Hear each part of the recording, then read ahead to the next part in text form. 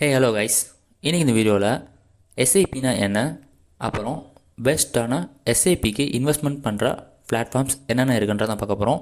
So வாங்க நம்ம வீடியோக்குள்ள போகலாம். ஃபர்ஸ்ட் எஸ்ஐபினா சிஸ்டமேட்டிக் இன்வெஸ்ட்மெண்ட் பிளான். ஸோ உங்கள்கிட்ட இருக்க ஒரு ஸ்மால் அமௌண்ட்டாக இருந்தாலும் சரி, ஒரு லம்பாக இருக்க அமௌண்ட்டாக இருந்தாலும் சரி, ஒன் டைம் ஆர் மந்த்லி நீங்கள் ஒரு சிஸ்டமேட்டிக்காக இன்வெஸ்ட் பண்ணுறது தான் இந்த எஸ்ஐபி. ஸோ இதோட ஒரு கிரேட் அட்வான்டேஜ் என்னென்னா, ஸோ நீங்கள் ஃபுல்லாக இன்வெஸ்ட் பண்ணிங்கனாலும் சர்டன் இயர்ஸ் கழிச்சு நீங்கள் ரிட்டர்ன்ஸ் எடுக்கல ஒரு நல்ல ப்ராஃபிட்ஸ் வரும். இல்லை என்னால் மந்த்லி தான் பண்ண முடியும், இல்லை வீக்லி குவார்ட்டர்லி எந்த மாதிரி உங்களால் இன்வெஸ்ட்மெண்ட் பண்ண முடியுமோ அந்த டயத்தில் நீங்கள் பண்ணியும் at the end of the இயரில் நீங்கள் ஒரு நல்ல டீசெண்டான அமௌண்ட்டை எடுக்கிறதுக்கு தான் இந்த எஸ்ஐபி க்ரியேட் பண்ணாங்க. ஸோ அதான் எஸ்ஐபியோட சிம்பிள் டெஃபினிஷன். ஸோ டீப் டெஃபினிஷன்னா அடுத்த நெக்ஸ்ட் வீடியோவில் சொல்லலாம்.